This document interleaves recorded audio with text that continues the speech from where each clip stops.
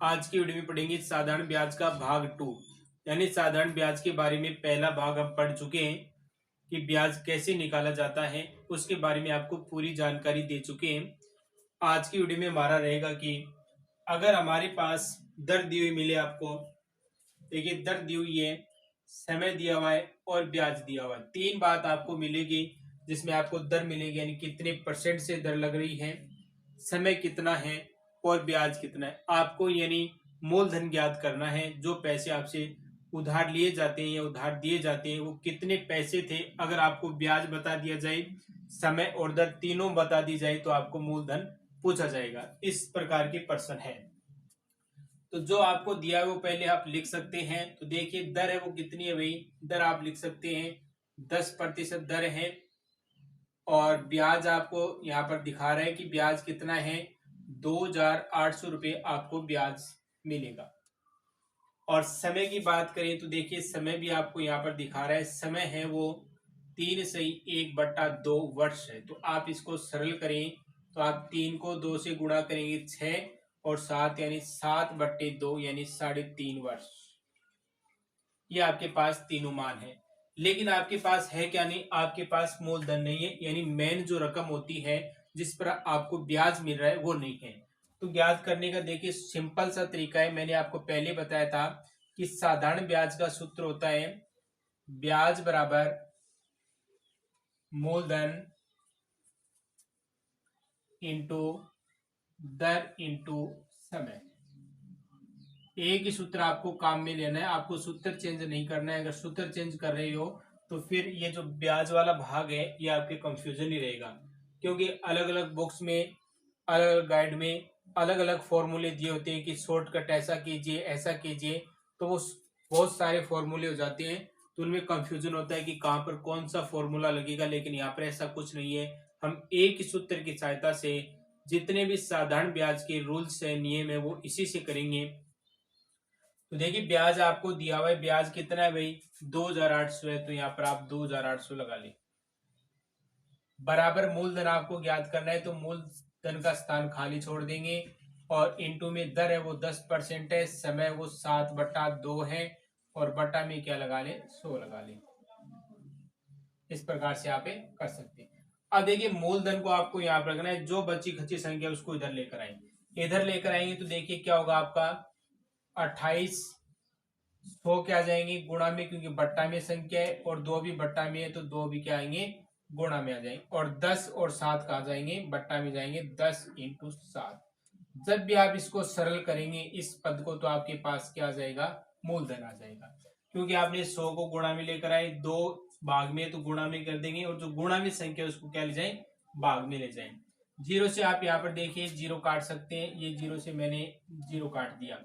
7 का भाग 28 में देखिए 4 बार जा रहा है, 0 0 यहाँ पर बच जाएंगे। तो आपके पास संख्या के 4 0 0, फिर आपके पास 10 बचे हुए और फिर 2 है।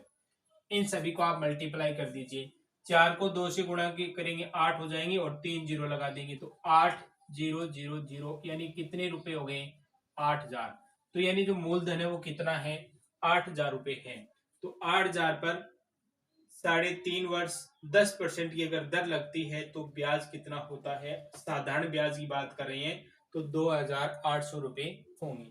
तो इस प्रकार से आप मूलधन ज्ञात कर सकते हैं। एक ही सूत्र की सहायता से आप ब्याज वाला जो सूत्र हम ज्ञात करते हैं उसी से आपका मूलधन ज्ञात हो जाएगा। ब्याज वाले सूत्र से आपकी दर ज्ञात हो जाएगी और ब्याज वाले सूत्र से आप समय भी ज्ञात कर सकते हैं। यानी तीनों चीज है वो एक ही सूत्र की सहायता से कर सकते हैं। दूसरा प्रश्न क्या, ऐसा ही प्रश्न है, किसी राशि का 14% वार्षिक नहीं 14% वार्षिक साधारण ब्याज की दर से 7 माह का ब्याज 735 रुपए है। अब देखिए यहाँ पर वर्ष नहीं दिया हुआ है, यहाँ पर एक अलग बात दी हुई है, वो क्या है, माह यानी मंथली। ब्याज 735 हो जाता है तो ब्याज आप लिख लें भाई। ब्याज आपको कितना दिया हुआ है, 735 रुपए दिया हुआ है। दर आपको कितनी दी हुई है, दर आपको 14% दी हुई है। उसके बाद समय दिया हुआ है। समय का विशेष ध्यान रखें, आपको समय माह में आ सकता है, दिन में आ सकता है, तो इसको आपको चेंज करना पड़ेगा। तो यहाँ पर आप देखिए माह आपको क्या 7 माह दिया, तो इसको आप वर्ष में चेंज करें तो 7 बट्टा आप क्या कर लें 12 कर लें, तो ये क्या हो गया वर्ष। जैसे अब 12 का भाग देंगे 7 में तो क्या आएगा वर्ष आ जाएगा। हो गया इतना। फॉर्मूला वही यूज करना है, ब्याज बराबर मूलधन इंटू दर इंटू समय, और बट्टा में क्या लगा दें 100 लगा दें। ब्याज आपको दिया हुआ है 735 रुपए, तो ये 735 रुपए लिख देंगे। मूलधन आपको दिया हुआ नहीं है तो मूलधन आप नाम लिखें, मूलधन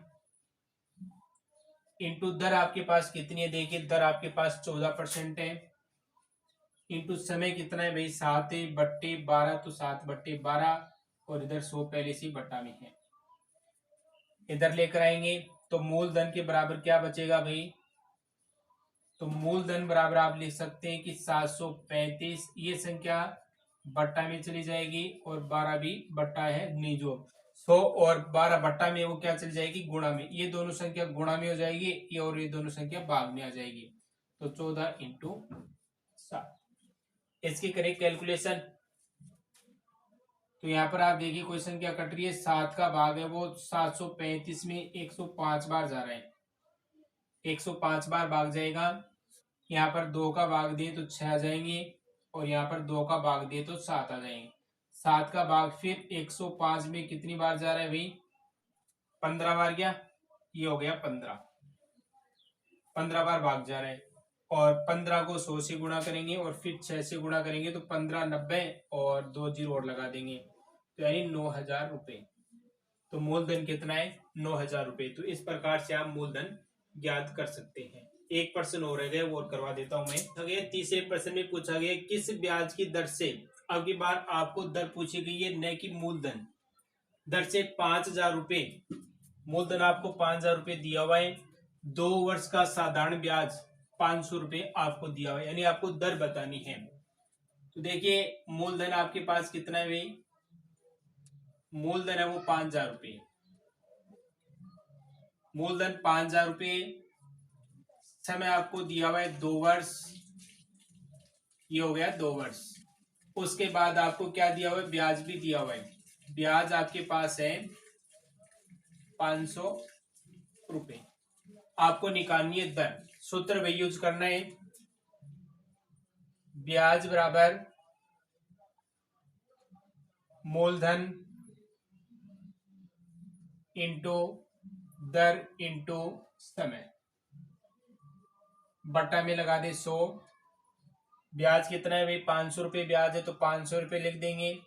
मूलधन आपको दिया हुआ कितना है 5000 रुपए, इंटू दर कितनी दी हुई है भाई दर है नहीं तो दर नाम लिख देंगे, इंटू समय कितना दिया हुआ है, समय 2 वर्ष दिया हुआ है 2 लिख देंगे, बट्टा में क्या लगाएं 100 लगा दें, 2 जीरो से 2 जीरो काट देंगे। अब देखिए आपके पास दर है वो इधर आ जाएगी, तो दर के बराबर में आप क्या लिख सकते हैं 500 थे। अब देखिए जो ऊपर 2 और 50 है वो संख्या देखिए दर के क्या है गुणा में, तो वो भाग में चली जाएगी, तो यहाँ पर भाग में आपके 50 आ जाएंगे और 2 आ जाएंगे। आप यहाँ से 0 से 0 काट सकते हैं, और 5 का भाग 50 में 10 बार और 10 में 2 का भाग देंगे तो क्या आएगा 5 आएगा, तो 5, तो दर आपके पास कितनी आएगी भाई 5% आएगी। तो इस प्रकार से आप दर निकाल सकते हैं। अगर आपको मूलधन 5000 रुपए दिया हुआ है, समय 2 वर्ष है, तो आप इस प्रकार से सूत्र आपका यूज हो जाएगा, मूलधन इंटू दर इंटू समय, और बट्टा में क्या लगाना है 100 लगाना है। तो इस प्रकार आप क्या निकाल सकते हैं दर भी निकाल सकते हैं। तो एक ही सूत्र से आप ब्याज निकाल सकते हैं, मूलधन निकाल सकते हैं, दर निकाल सकते हैं, समय निकाल सकते हैं। तो 4 प्रकार के सवाल आप एक ही सूत्र से कर सकते हैं, आपको 4 सूत्र याद करने की आवश्यकता नहीं है।